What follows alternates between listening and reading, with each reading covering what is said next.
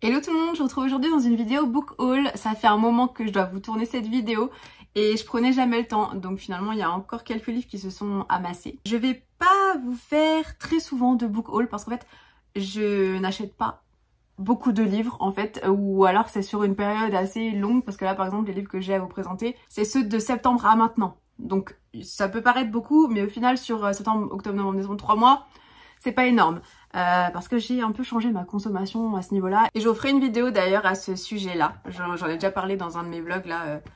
Qu'il fallait que je tourne cette vidéo, mais à chaque fois, eh bien, il faut prendre le temps. Voilà pourquoi les vlogs c'est plus chill. En fait, j'ai pas à me poser comme ça face caméra et tout prendre autour de moi. Je fais vraiment ça en mode chill. Donc voilà, quand je parle de livres dans mes vlogs, c'est plus posé, je sais pas comment dire, enfin bref. Du coup, je vais les prendre un petit peu comme ils me viennent devant moi, hein. Il n'y a pas vraiment d'ordre chronologique. Alors tout d'abord, j'ai acheté Fable de Adrienne Young. Alors très clairement, je l'ai d'abord pris parce que la couverture m'a attirée, hein. Vraiment, on va pas se mentir, et je l'ai trouvé juste incroyable, juste magnifique. Et quand j'ai lu le résumé, eh bien ça a suffi à me décider en fait pour l'acheter. Je crois qu'il n'y a rien de spécial sous la jaquette. Oh la vache, j'ai failli le faire tomber, ça a failli être une catastrophe. Ouais, si, il est quand même beau au niveau du dos. Hop. Et là, c'est un doré un peu orangé, enfin genre c'est trop beau. Tac, je vous l'avais déjà montré. Il y a dans un vlog il y a longtemps, parce que je crois que celui-là il date il y a longtemps justement que je l'ai acheté. Attendez, je vous montre aussi parce que il y a une petite carte. Hop! Dans cette histoire, en fait, on va suivre Fable, ou Fable peut-être, Fable, je ne sais pas, qui est en fait une fille qui plonge, donc j'imagine qu'elle fait de la plongée, n'est-ce pas? Enfin, elle plonge, elle va chercher des gemmes et elle va les revendre à un capitaine d'un navire marchand. Et en fait, un jour, elle va embarquer elle-même sur un bateau, d'après ce que j'ai compris, hein, parce qu'après, ça dit que son départ pour les mers ouvertes aux tempêtes approche, donc elle va certainement partir sur un bateau, et elle va partir à la recherche de son père, parce qu'apparemment il a disparu, puisque si elle cherche à le retrouver, c'est qu'il a disparu, ça me semble logique. Et elle veut récupérer son héritage. En gros, c'est ça. C'est le tome 1, donc je suppose qu'il y en aura d'autres, hein, ça paraît logique aussi. Je sais pas combien il y en a de prévu. Je sais pas ce qui est sorti pour le moment en VO, mais ça m'a l'air chouette. J'ai pas souvent lu de livres qui se passent sur un bateau ou autour de la mer, et ça peut être chouette. Ouais, ça, voilà. Un grand roman de fantasy maritime. Je manquais de ça dans ma bibliothèque, dans mes lectures, et ouais, ça peut être cool, ça peut être cool. Ensuite, j'ai pris à la suite de... On les voit pas. J'ai acheté Enchantment of Ravens de Margaret Rogerson. J'ai déjà lu Sorcery of Thorns et Vespertine, que j'ai bien aimé d'ailleurs. J'ai préféré Sorcery of Thorns, mais je vous parlerai de Vespertine dans un prochain point lecture, parce que je l'ai fini assez récemment. Et du coup, eh bien, ça tombait sur le sens de prendre celui-là quand il est sorti en version reliée. J'ai pas mal de livres reliés en fait aujourd'hui dans ce book haul, mais je vous montre quand même l'objet livre avant toute chose. Voilà, il est très très beau dessous. Hop là, je vais finir par faire une catastrophe. Moi je crois qu'il n'y a rien là. Non, il n'y a rien. Hop là, voilà, il est très très beau. Je sais pas si je vous ai montré le derrière aussi. Isobel est une artiste, une humaine, qui peint pour le compte des Fae en fait, parce que les Fae sont dépourvus de talent artistique, ils savent pas, voilà, ils savent pas faire tout ça. Donc du coup, elle peint pour eux. Et un jour, le prince d'automne va lui commander un portrait, sauf qu'elle va faire une erreur apparemment, et ça va être très grave, et elle va devoir aller au tribunal des Fae. Donc elle est dans ce monde. Probablement avec lui, je sais pas s'ils vont parcourir ce monde ensemble. Enfin bref, ça dit un voyage périlleux où, cernés d'ennemis, ils seront contraints de s'en remettre l'un à l'autre pour survivre. Donc ce qui est bizarre, c'est que pourquoi le prince d'automne sera en danger, sachant que c'est un prince, je ne sais pas. C'est un faillot aussi, techniquement. Je ne sais pas, mais ça peut être très très chouette. Il a pas mal d'avis, enfin, c'est pas qu'il a pas mal d'avis négatifs, c'est que beaucoup de gens disent que c'est le moins bon de Margaret Rogerson. Mais après, moi, ce que j'en ai entendu, c'est que Vespertine est incroyable. Et je n'ai pas trouvé Vespertine incroyable. Donc, si ça se trouve, je vais trop aimer, on sait pas. On sait pas. En tout cas, l'histoire, le résumé, ça me tente vraiment trop, ça a l'air trop bien. En plus, le prince d'automne, c'est génial, voilà. Je sais pas quand c'est que je le lirai, mais Non, moi je suis bien bottée par cette histoire. Ensuite, j'ai totalement craqué parce que je voulais déjà acheter ce livre à la base parce que l'histoire me tentait hein, forcément. Et ce qui s'est passé, c'est que de Saxus ont réédité ce livre en format relié. Donc je me suis dit, eh bien ma petite, c'est le moment, n'est-ce pas? Tu voulais déjà l'acheter, eh bien c'est le moment d'aller en librairie, de sortir tes sous et de l'acheter. Je parle du sang et la cendre de Jennifer L. Armentrout. Oui, c'est pas mal des briques, mais en fait chez De Saxus, c'est bien des grosses briques, je remarque à chaque fois. Hein. Parce que là, ouais, allez, 700 pages, 650 à peu près. Faut savoir que je connaissais pas vraiment le résumé, mais je le voyais pas mal passer. Et c'est surtout que j'ai une copine qui l'a lu et qui m'a dit c'était trop bien, il faut que tu le lises, c'était génial, elle arrêtait pas d'en parler, enfin bref. Du coup, je me suis dit bon, très bien, je vais peut-être le lire aussi un de ces jours, hein, qui sait. Et puis je l'achetais pas, et voilà, il a fallu qu'il ressorte cette version pour que je l'achète. Alors écoutez, je vais pas vous mentir, le résumé, je sais pas trop ce qui va se passer dans ce livre. En fait, c'est juste qu'en fait, on va suivre Poppy, qui est une jeune fille qui, depuis sa naissance, en gros, a un devoir, c'est-à-dire qu'en fait, elle va devoir sauver le royaume, je ne sais pas comment, je ne sais pas par quel biais, je ne sais pas pourquoi.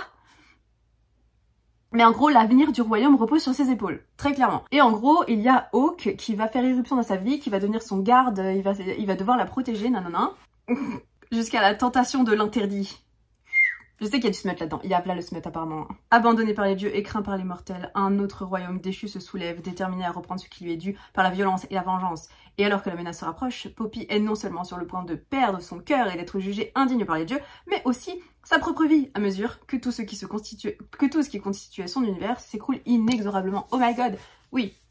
Je pense que ça va être intense. En vrai, à chaque fois, je me fais chier à essayer de vous résumer un truc que j'ai pas lu. Je devrais vous lire les résumés, en fait. Bah, sincèrement, c'est pas mieux. Parce que, pourquoi on essaie de résumer un truc qu'on n'a pas lu? En fait, j'essaie de résumer un résumé. Non, j'y arrive pas, je sais pas faire. Je vais vous lire le résumé. C'est mieux. En vrai, c'est mieux. Non, je sais pas, dites-moi. Mais en vrai, c'est plus parlant de lire un résumé que d'essayer de vous baragouiner un truc que moi-même je ne comprends pas. Parce que j'essaie de baragouiner des trucs. Qu'est-ce que tu baragouines? En fait, ça ne veut rien dire. Je pense que ça ne veut rien dire. Donc, on va faire ça. Je vais vous lire les résumés, ok?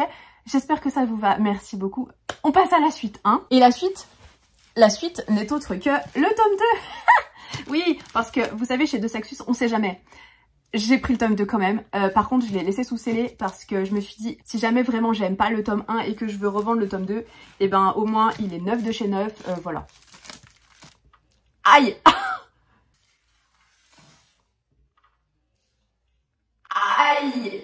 Alors, c'est pas le moment de m'assommer, merci. Je vais pas vous faire le résumé du tome 2, hein, c'est juste le tome 2. Et par contre, waouh, je trouve que je préfère le noir, vous voyez, d'ordinaire. Putain, d'ailleurs, j'étais trop dégoûtée parce que, attendez, petite anecdote. En fait, je suis allée le chercher à Cultura, j'ai vu qu'il y était parce qu'en fait, quand je sors du boulot, Cultura, il est à 5 minutes, vous voyez. Je vais le chercher, le tome 1, je parle, parce que le tome 2, il était déjà en rayon, il y en avait 2. Et je vais chercher le tome 1 et je le trouve pas. Et je demande au gars, vous avez le temps? Enfin vous, là, derrière votre écran, vous avez le temps? Parce que je vous raconte un truc, donc en fait, ça se trouve, ça va durer 10 minutes. Et en fait, je suis pas dans mes vlogs. Mallory, t'es pas dans tes vlogs? Qu'est-ce que tu racontes ta vie? Bon, c'est pas grave. Et en fait, je lui dis, oui, je cherche le sang et la cendre de Jennifer L. Armentrout, après avoir retourné complètement le rayon dans tous les sens, chercher, m'être mise à 4 pattes pour regarder les rayons en dessous. Et le gars, il me fait, il cherche, il trouve pas. Sauf qu'en fait, il y avait des pagnettes, enfin des panières qui étaient empilées. Vous savez, des livres qui étaient prêts à être rangés dans les rayons. Puis moi, je me campe à côté des panières, là. Et je lui dis, c'est peut-être là-dedans. Je sais pas, on cherche depuis tout à l'heure, c'est peut-être là. Et le gars, il me fait, non, ça, c'est des livres qu'on vient de recevoir. Bah, oui, en fait. Oui, il vient d'être réédité, donc... Oui, il vient de ressortir. Donc, techniquement, vous venez certainement de les recevoir. Non, le gars, il en fait pas de cas. Il cherche, il continue de chercher. Je me dis, putain, c'est une blague. Moi, j'attendais à côté des panières. Au bout d'un moment, il fait, bon, c'est peut-être là-dedans. Il regarde. Oh, mais quelle surprise, c'était dans les panières. Et donc, du coup, en fait, il m'a sorti le premier, il m'a attendu et j'ai pas eu le choix. Et comme je vous disais dans mon dernier vlog, bah, moi, j'aime bien choisir mon exemplaire. Et là, j'ai pas eu le choix. Bon, ça va. En vrai, ça va, il est juste un petit peu abîmé, là. Je sais pas si on voit. Vous voyez, genre là. Mais bon, je me suis fait une raison, voilà, bon, voilà. Enfin bon, tout ça pour dire que j'ai eu mon exemplaire et j'ai pris le tome 2. Et voilà, c'est tout ce que je voulais dire. À chaque fois, je dérive pour partir un peu hors sujet. Ensuite, j'étais en librairie avec ma mère et ma mère m'a dit « Achète un livre, prends un livre, je te l'achète. » On va se faire prier, n'est-ce pas? J'ai pris La Reine sans royaume de Holly Black. Je suis en blanc. Le tome 3 de... C'est quoi? C'est Le Peuple de l'air, je crois, le nom de la trilogie. En gros, le tome 3 de Le Prince Cruel, Le Roi Maléfique, La Reine sans royaume. J'ai déjà lu Le Prince Cruel et Le Roi Maléfique cet été et je voulais terminer cette histoire. En fait, je vais pas vous lire le résumé du tome 3 parce que ce serait clairement vous spoiler. Bien que je pense que si vous n'avez pas entendu parler du Prince Cruel, c'est pas normal. C'est pas normal parce que... Maintenant, on n'en parle plus trop. Enfin, c'est un peu retombé le soufflet. Mais il y a eu un moment, c'était quelque chose. Attendez, je vous chope le tome 1 pour vous lire le résumé. J'avais mis quelques post-it. D'ailleurs, à l'époque, je les mettais vachement loin. J'ai changé ma méthode. Bref, enlevée au monde des mortels lorsqu'elle n'était qu'une enfant, Jude vit parmi les Fae. Mais en fait, vous savez, Fae, je sais jamais comment le prononcer. Dans le livre de Margaret Rogerson, il y a un accent sur le E. Donc en fait, c'est Fae, tu le lis Fae. Mais là, c'est A-E collé. Vous savez, je sais pas trop si on dit Fae, si on dit Fae, enfin bref. Elle vit parmi ces créatures-là, des créatures sublimes, immortelles et cruelles. Mais être humaine à terre à fait est un défi incessant, et savoir manier l'épée, maîtriser les usages, se protéger des sortilèges, tout cela ne suffit pas, d'autant que Jude s'est fait un ennemi de choix, le prince Cardan, héritier de la couronne. Et pour gagner sa place à la cour, appartenir vraiment à cette terre de magie, Jude doit le défier, quelles que soient les conséquences. En fait, je vous ai lu le résumé, alors que concrètement, ce livre, je l'ai lu. Donc j'aurais pu vous en parler de moi-même, mais c'est pas grave. La flemme l'a emporté, on va dire. Tout ça pour dire que j'ai pris le tome 3 pour le terminer. D'ailleurs, je l'ai déjà commencé. Voilà, j'en suis à là. Et je vous en dirai pas plus parce que vous avez qu'à regarder mes vlogs. Voilà. Ravie de vous avoir rencontré. Ensuite, on a bientôt fini. Et bien notre cher ami de Saxus a refait son petit tour de passe-passe, c'est-à-dire la réédition. Encore une fois sur des livres que je voulais à la base et j'ai longuement hésité à savoir si j'allais prendre la version paperback ou la version hardback. Le suspense ne va pas durer bien longtemps. Regardez. Je disais tout à l'heure que le sang et la cendre étaient une brique. C'était sans compter ceci. Oui, parce que ça c'est un moellon, ça. Ça, tu construis des maisons avec ça. Attendez. Oh, je vais me faire spoiler, je vais lire la dernière phrase. Mais quel enfer. Ouh, jamais de la vie. 940, 950 pages. Mais je suis trop contente parce que j'ai vraiment trop envie de découvrir cette histoire. Oh, mais attendez, il y a un signet. Il y a un signet, je vous le sors pas, mais il y a un signet. Pareil, cette couverture est sublime. Ah, oh, attendez, j'oublie des choses, moi. Attendez, j'ai oublié quelque chose sur le tome d'avant. Attendez, je vous ai pas montré. Bon, je pense qu'en fait, vous l'avez déjà vu, mais on sait jamais s'il y a des gens qui l'ont pas vu. Attendez, vous louperez quelque chose si je ne vous montre pas ceci. Regardez-moi ça. Est-ce que c'est pas magnifique? Si. Ah, bah là, il n'y a rien. Mais si, c'est absolument divin, n'est-ce pas? Et c'est pas fini, comme dirait SFR. Et c'est pas fini. Voilà. Je crois pas qu'il y ait de carte là-dedans. Est-ce qu'il y a une carte? Non, il n'y a pas de carte.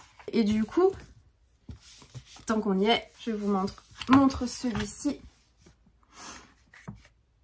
Voilà. Non, vraiment, ils font un sacré travail quand même. Tu te ruines, hein. C'est la ruine, hein. Mais ils font un sacré travail. Attendez, je vais vous montrer là. Qu'est-ce que c'est dans ce bruit? Je vais y arriver. Hop là. Sublimissime. Apparemment, faut s'accrocher aussi dans le sens où il y a beaucoup de personnages. C'est un univers Vla Fantasy, quoi. C'est pour ça que je vais vous lire le résumé. Une fois n'est pas coutume, n'est-ce pas? Oh non, on nous parle encore de Fae, purée. C'est pas vrai. Elle aime bien, hein. Vous savez, je vais vous dire un truc. J'ai ACOTAR, là, j'ai le premier tome et j'ai tous les tomes en e-book et je les ai jamais lus. Je les lirai un jour, Alors, Bryce est une jeune femme mi-fée, mi-humaine. Elle a une vie parfaite, elle travaille la journée chez un marchand de... Ah mais attendez, c'est du fantastique ou du fantasy? On va lire, on va continuer. La journée chez un marchand d'antiquités qui vend des artefacts magiques. Ok, donc, ok. Et elle fait la fête toute la nuit avec ses amis en savourant chaque plaisir qu'offre Lunation, plus connu sous le nom de Crescent City. Mais un jour, un terrible meurtre va venir ébranler les fondations de la ville, de même que le monde de Bryce. 2 ans plus tard, son travail ressemble à une impasse et elle se plonge dans l'oubli en écumant les clubs les plus fameux. Waouh, en fait, elle est devenue... Ok, c'est devenu la... Ok.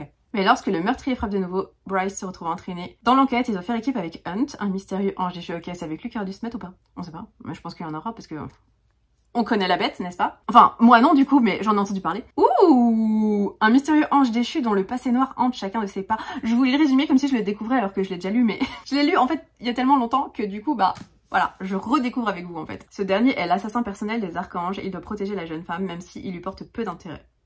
Encore un gars qui va protéger une meuf, ok? À la recherche de la vérité, Bryce et Hunt vont apprendre à se connaître et vont explorer les bas-fonds de la ville jusqu'au niveau les plus sombres de l'enfer avec un A, où des choses qui dorment depuis des millénaires se réveillent. Ok.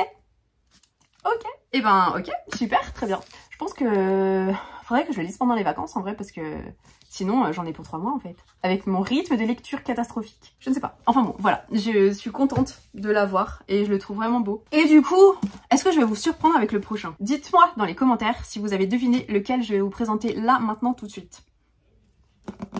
J'attends un petit peu. On fait les routements de tambour. Ouh! Le tome 2 sous scellé. Du coup, comme l'autre, comme je vous disais, parce que, ben, voilà, on sait jamais si j'aime pas. Et ben, si j'aime pas, je pourrais le revendre. Voilà, voilà, voilà. Il est très très beau aussi. J'aime beaucoup. Bah, rien de plus à dire sur ce tome 2, parce que je vais pas lire le résumé, je suis pas bête, je vais pas me spoiler. Mais ça fait 2 grosses briques. Je sais pas s'il est... Je crois qu'il est plus petit. Attendez. Oh, c'est kiff kiff, hein. Ouais, je sais pas. Il est peut-être un poil plus petit, mais j'ai genre 3 pages, quoi. Un truc qui fait pas vraiment la différence. Ah oui, donc pardon, attendez. Je fais pas les choses correctement, non, mais de toute façon, comme d'hab. Le tome 1, c'est Maison de la Terre et du Sang. Et le tome 2, c'est Maison du Ciel et du Souffle. Voilà. Et je sais pas combien il y en a en tout non plus. Et le dernier livre, c'est... Oh, vous l'avez vu? Non. Mon effet de surprise. Réduit à néant. C'est aussi une réédition, du coup, alors laquelle j'ai passé encore 3 heures dans le rayon pour choisir mon édition, mon exemplaire. C'est La 9e maison de Leigh Bardugo. Lui, pareil, en fait, j'avais hésité à l'acheter en paperback. Et puis, ben, au bout d'un moment, en fait, il y en a tellement peu, entre guillemets, qui sortent en paperback, à moins d'acheter la version en VO. Mais pour certains livres, je me vois pas les lire en VO. En fait, voilà, je lis quand même en anglais des livres assez simples de compréhension, vous voyez. Je me vois pas lire de la fantasy, par exemple, en VO. Et celui-là, comme il y a une espèce d'enquête aussi, enfin, voilà. Je me voyais pas, je m'étais dit non, ce sera mieux de sécure la version française. Ah, tenez, je vous montre. C'est très beau aussi. Et là, en fait, ouais, ça fait vraiment, ça fait serpent, en fait, le serpent. Et la boussole, hop. Alors ce livre, bah, en fait, tous les livres que je vous ai présentés là, c'est carrément des livres qu'on entend parler partout. Je suis désolée, en fait, je vais pas du tout vous faire découvrir de livres aujourd'hui. Parce que, bah, je suis quelqu'un de mainstream, hein, je dis ce que les autres lisent, waouh. Mais en même temps, on se laisse un peu influencer, hein, tous les uns les autres, donc voilà. Pourquoi je me mets à tousser? Mais dites pas que je tombe malade, par pitié. Pourquoi ils font tous des résumés de 25 pages, s'il vous plaît? Faites des trucs clairs et concis, je sais pas, mettez des mots-clés. C'est plus simple. Plaisante, c'est bon, c'est parce qu'il faut que je lise. Alors, Alex Galaxy Stern a vécu une... Pourquoi je mets des accents qui n'ont pas lieu d'être? A vécu une adolescence chaotique, élevée à Los Angeles par une mère hippie. Elle a abandonné l'école très jeune pour se retrouver dans un monde sombre, violent et sans avenir. À 20 ans, elle est la seule survivante d'un horrible massacre inexpliqué. Et c'est sur son lit d'hôpital qu'elle se voit offrir une seconde chance, rejoindre la prestigieuse université de Yale en intégrant la maison L'été. L'été. L-E-T-H-E. Cette entité, appelée la 9e maison, surveille les 8 sociétés secrètes de Yale. Ça c'est bien, c'est parce que c'est un truc bien Dark Academia.